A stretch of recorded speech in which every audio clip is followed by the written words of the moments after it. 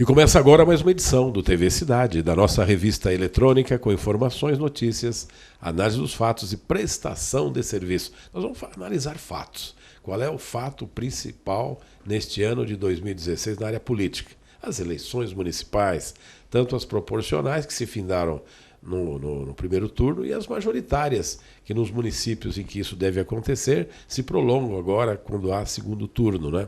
E nós vamos ter, no próximo dia 30, exatamente o segundo turno das eleições majoritárias. Eu convidei para estar conosco um jovem advogado muito bem preparado, né, que é o Dr. Leonardo Freire. Uma satisfação tê-lo aqui. E de boa cepa, né? Filho da doutora Miriam Freire, que foi professora universitária, foi secretária de Assuntos Jurídicos da Prefeitura, e do Dr. Clóvis Brasil Pereira, grande causídico aqui de Guarulhos também. Então já é quase genético isso, o ramo do direito para a família. Muito obrigado primeiramente pelo convite, né, Martinho? Os amigos aqui da TV Cidade também, muito obrigado, uma honra muito grande estar aqui presente. É claro que com esse cenário que você colocou, talvez não me restasse outra profissão, né, que não uma carreira jurídica. E verdadeiramente eu nunca me vi em outra profissão que não no magistério e na advocacia. E uma formação sólida, né? Ele provém lá da Faculdade de Direito do Largo de São Francisco, as famosas arcadas, né? Não é a mais antiga do Brasil, né? Mas é a mais tradicional, com certeza, né? A Faculdade de Direito do Largo de São Francisco. Agora, você fez outros cursos depois, né? De especialização. Na verdade, eu me formei na UNG, né? Ah, é? Me formei na UNG.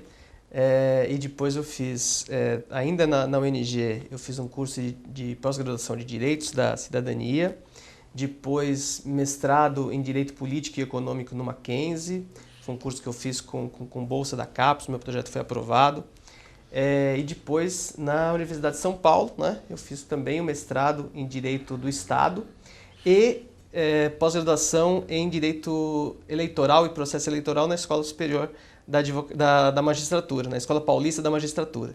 Então, desde que eu comecei os estudos, eu direcionei para toda essa área de direito público, né?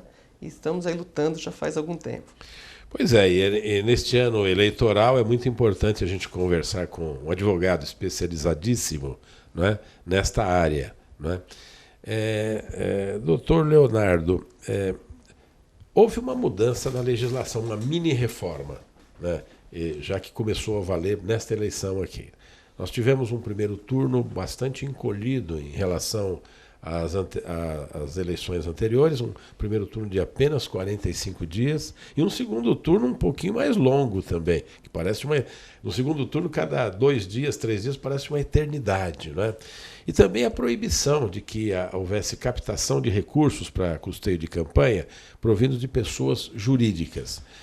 E outras mudanças também, mas várias restrições com relação à publicidade de campanha, mudanças também na questão da prestação de contas, né? Não tem mais só aquela prestação de contas final, tem prestações de contas intermediárias agora, ou seja, o contador que cuida disso e o tesoureiro das campanhas tem muito mais trabalho, né? Mas um assunto de cada vez. Na sua avaliação, esse timing de campanha, não é? Ele é adequado? Primeiro, vamos abordar essa questão que diz respeito à tal reforma eleitoral, né? Se nós analisarmos a legislação eleitoral brasileira como um todo, a gente tem que não foi para essa eleição que houve uma grande alteração. A nossa lei eleitoral é muito instável, não existe uma lei eleitoral brasileira que se mantenha por muito tempo. Tanto que é uma curiosidade, todos os anos a gente tem uma lei eleitoral nova, mesmo que não tenha eleição. Já houve leis eleitorais que entraram em vigor em ano não eleitoral e depois foram revogadas antes das eleições. Antes de ser aplicada. Então, já houve leis eleitorais que nunca foram aplicadas em nenhuma eleição, né? Porque o legislador fica sempre tentando aperfeiçoar o sistema, às vezes aperfeiçoar para o bem e às vezes aperfeiçoar para o mal. Mas muitas vezes buscando conveniências próprias. Sim, claro, né? Que é o aperfeiçoar para o mal, né? Agora, eu acho que as duas grandes modificações que trouxeram reflexos visíveis nas eleições a diminuição do tempo de campanha, né? De 90 para 45, na verdade 47 dias, se contarmos direitinho ali no calendário, 47 dias. E também a modificação da arrecadação de recursos, né? A vedação para a contribuição de pessoas jurídicas. Essas são as duas grandes modificações que acabaram influenciando em todo o processo eleitoral. Bem, só se pode receber recursos ou próprios dos candidatos ou de pessoas físicas. Agora, isso não eliminou o Caixa 2, hein?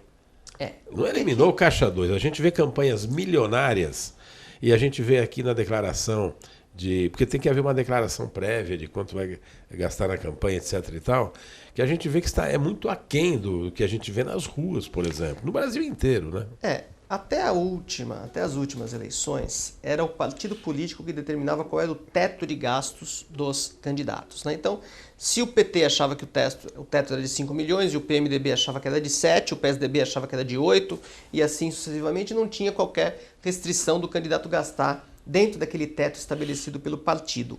Hoje, com a nova legislação, quem estabelece o teto de gastos é o Tribunal Superior Eleitoral. O tribunal estabelece quanto cada candidato pode gastar em cada cidade, né? Então, por exemplo, na cidade de Guarulhos, estabelece que pode ser gasto até 5 milhões de reais. E aí todos os candidatos, sejam eles candidatos abastados ou não, né, podem gastar apenas esse limite, que não são, em algumas cidades, não são limites pequenos. Então, essa é uma modificação muito importante na legislação. Perfeito, faremos um breve intervalo, a gente volta já já.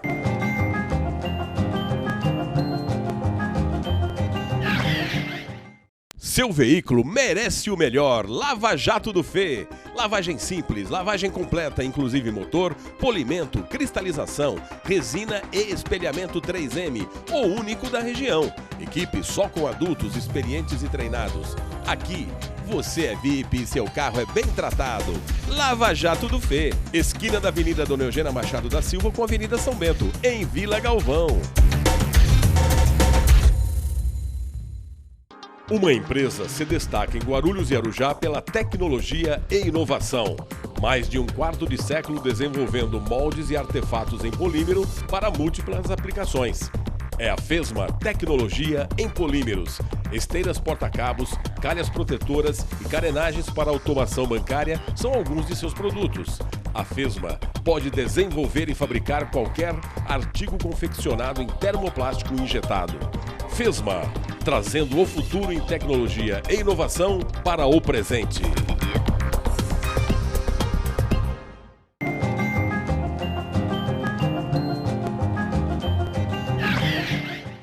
Bem, nós estamos de volta com o TV Cidade, eu conversando aqui com o Dr. Leonardo Freire, advogado, né, advogado já há 18 anos, né, bastante experimentado, graduado, vários cursos de pós-graduação, ele é mestre também em Direito, né, e vários cursos de especialização. Essa questão do Caixa 2, vamos continuar a retomar essa questão, porque essa é uma questão complexa do Caixa 2. Né? O Caixa 2 virou quase que uma instituição no Brasil.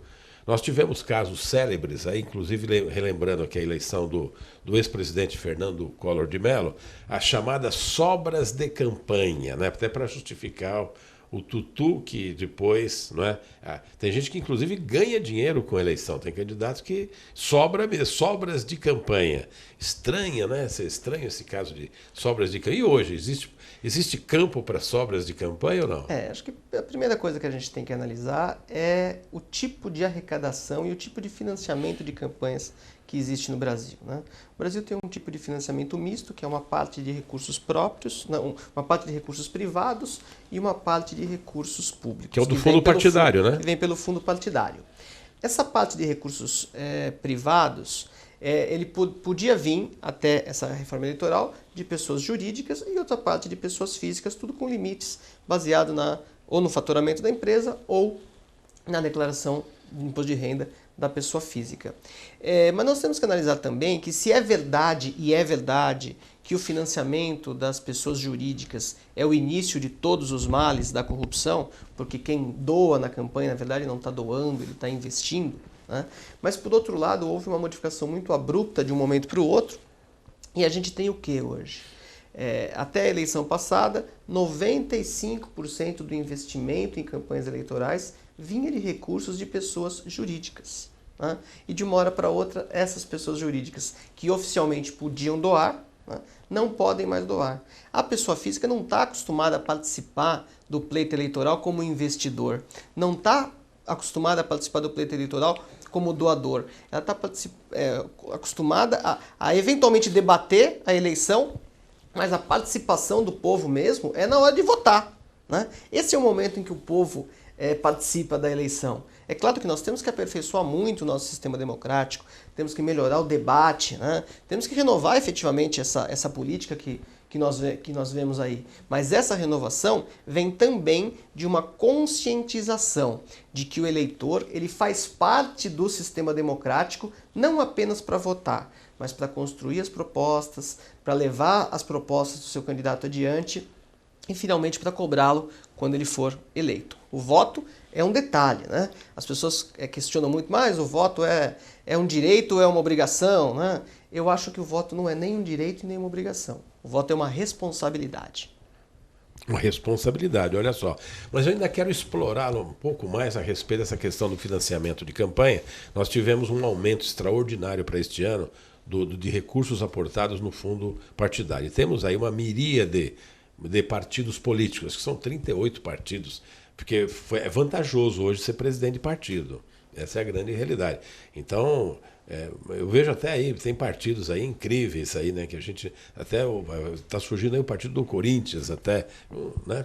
Meu Deus do céu, nada contra o Corinthians, pelo amor de Deus, né? Mas eu vejo aí o Partido da Mulher Brasileira. Esse eu até entendo que é um partido justo. Eu acredito que sim, né? Saudações alviverdes. Mas eu diria o seguinte, Partido da Mulher Brasileira, que legal o partido, mas presidido por homens, né? Uma coisa estranha. Mas assim, voltando à questão do financiamento privado, né? Há quem seja favorável, o próprio prefeito eleito de São Paulo no primeiro turno, João Dória, é a favor de que haja financiamento privado, que as pessoas jurídicas possam financiar campanhas. Eu tenho uma posição parecida, mas não igual. Não sei o que o doutor Leonardo acha disso. O grande problema do financiamento de pessoas jurídicas não é o fato de ser pessoas jurídicas. É de pessoas jurídicas que ou estão prestando serviços para o setor público ou interessadas. Que prestarão a partir de 1º de janeiro. Agora, eu não vejo nada contra uma PJ contribuir desde que houvesse limites.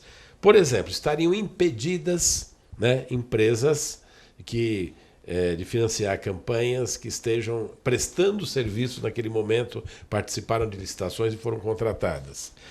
E aquelas que não estão prestando ficariam impedidas por um lapso de tempo, digamos 1 ano, 2, de vir a ser. Também não se pode proibir para sempre, né? Claro. Né? Agora, empresas do setor produtivo, aí, metal mecânico, não vejo problema nenhum. Aqui nós temos alguns problemas, né?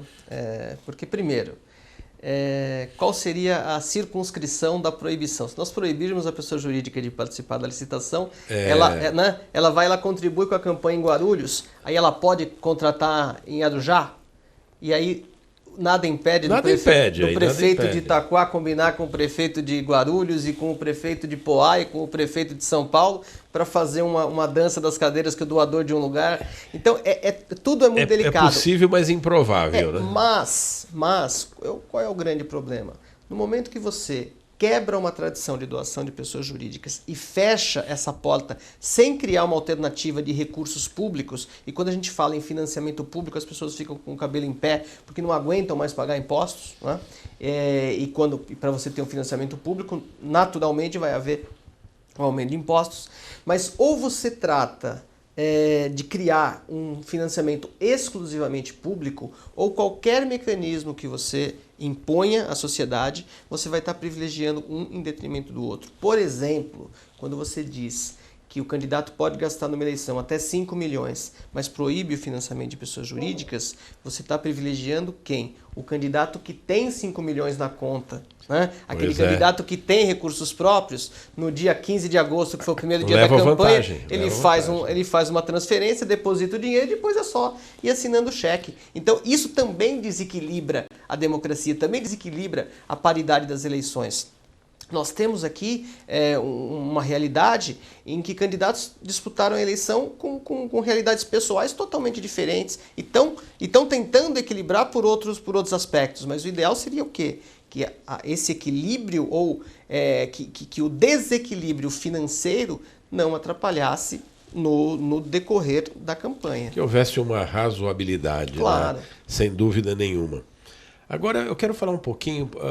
Até interrompendo, Martinho, até porque, se a gente analisar, se a gente parte do princípio de que a pessoa jurídica só doa porque ela tem interesse, o que justifica também de você, candidato rico, colocar tanto dinheiro na campanha? Né? Você também não tem algum interesse pessoal? Então, não é só a pessoa jurídica que pode estar distorcida pelos seus dirigentes, pessoas físicas. Afinal de contas, a pessoa jurídica é movida por pessoas. Verdade. Né? Então, quando você fala a pessoa jurídica é o início de todos os males, é o início de todos os males. Mas quem está por trás desse início todo é a pessoa física, que muitas vezes, com muita ganância, quer colocar para depois. E gastando fortunas nas campanhas políticas, a gente fica de se perguntar se quem gasta milhões, ou de reais ou de dólares, não importa, não é?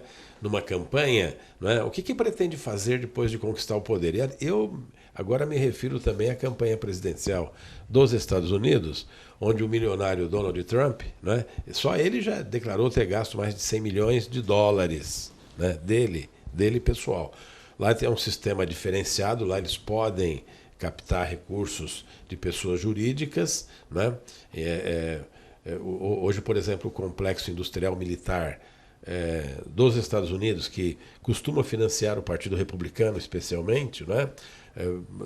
Dessas PJs lá nos Estados Unidos, são rios de milhões de dólares canalizados por Trump. Apesar dos Estados Unidos, a partir do episódio Obama, ter se notabilizado por um sistema de arrecadação de recursos de pessoas físicas, mas ainda assim as pessoas jurídicas contribuem com mais de 90% também. É que assim, as pessoas físicas lá contribuem bastante, mas como o montante é absurdamente grande, o percentual acaba sendo muito maior das pessoas jurídicas. Na sua opinião, quem ganha a eleição lá, Donald Trump ou Hillary Clinton?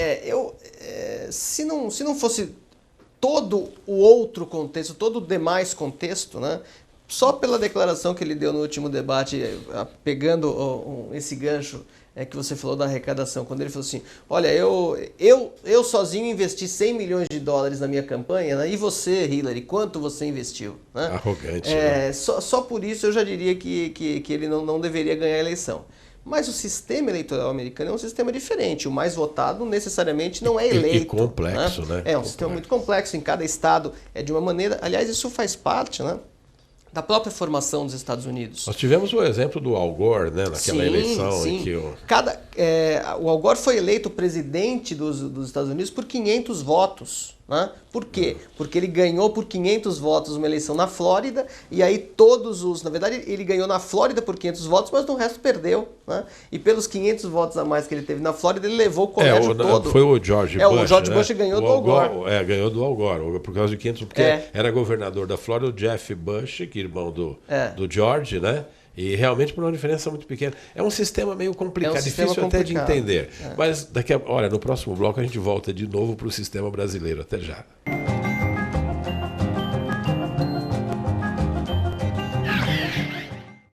Sonhos Decor, móveis provençais.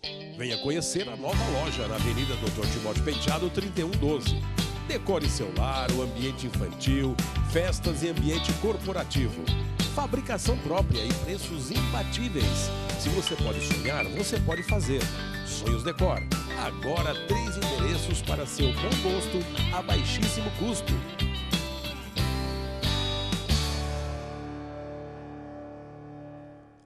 Sonhos Decor.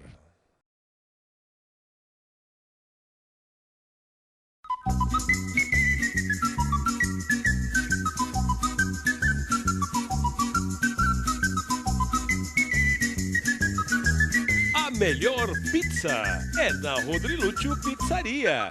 Qualidade, tradição, bom gosto, ampla variedade de pizzas salgadas e doces. Delivery com automóveis. Ambiente charmoso e familiar.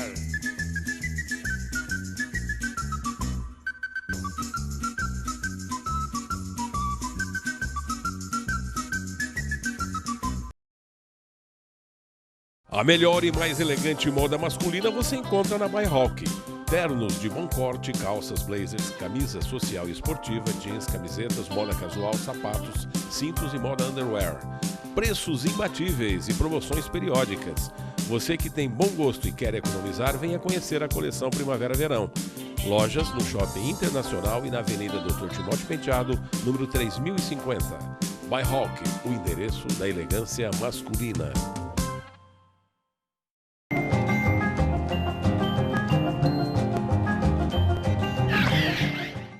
Bem, nós estamos de volta conversando sobre eleições, direito eleitoral, não é? Aqui com o doutor Leonardo Freire, que é um especialista na área.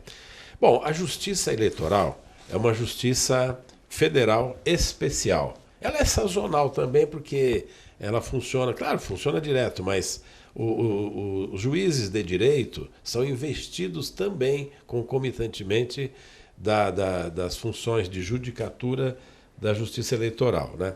Minha pergunta é, na sua prática cotidiana, os juízes de direito estão preparados para...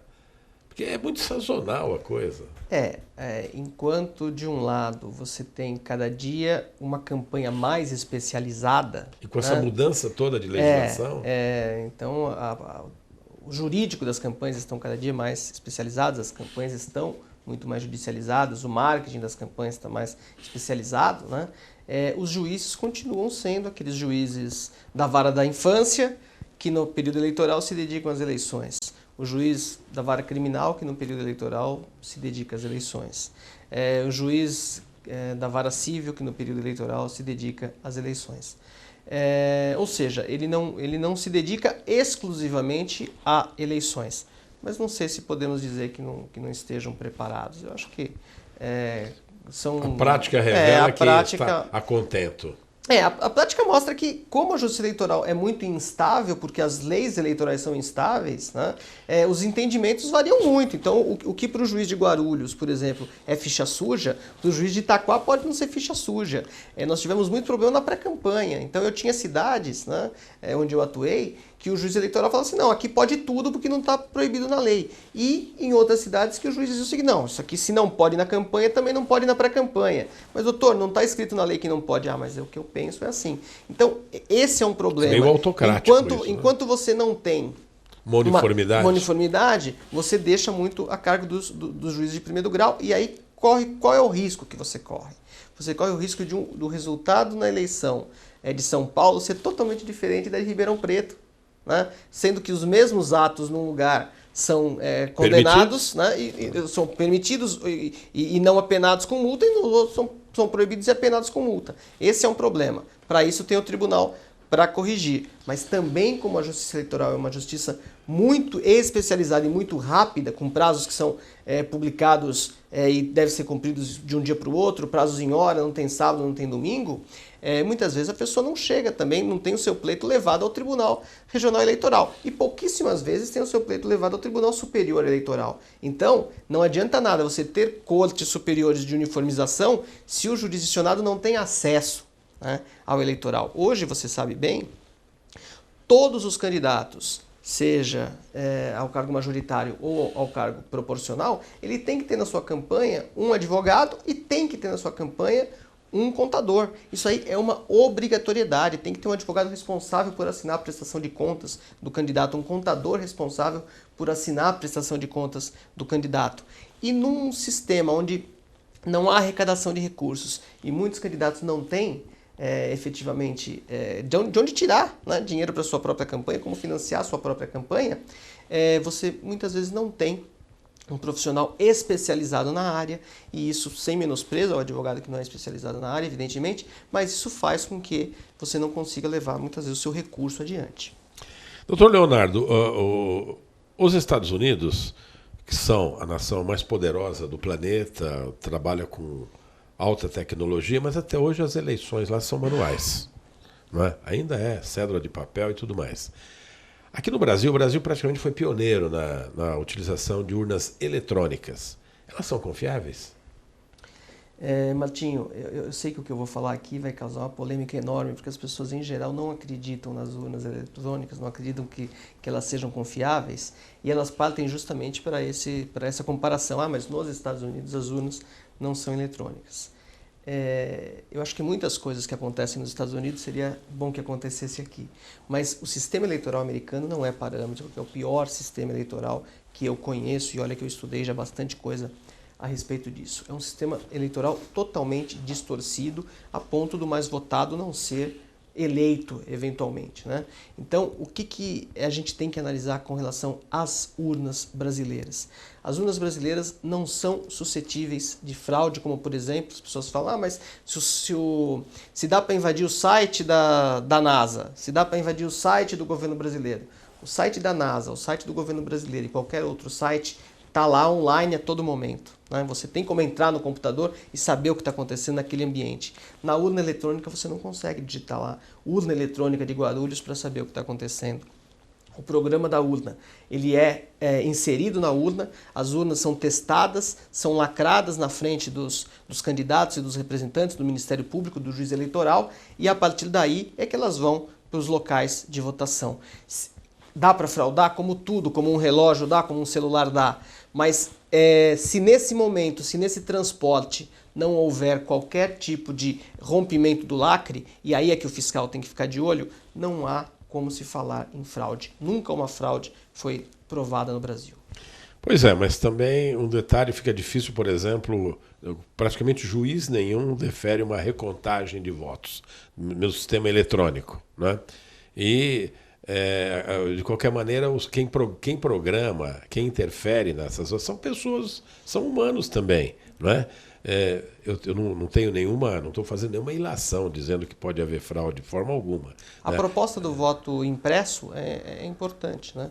Você digita, né? Vai para o sistema e aí sai uma etiquetinha lá com o voto, você confere, é isso mesmo e coloca na urna.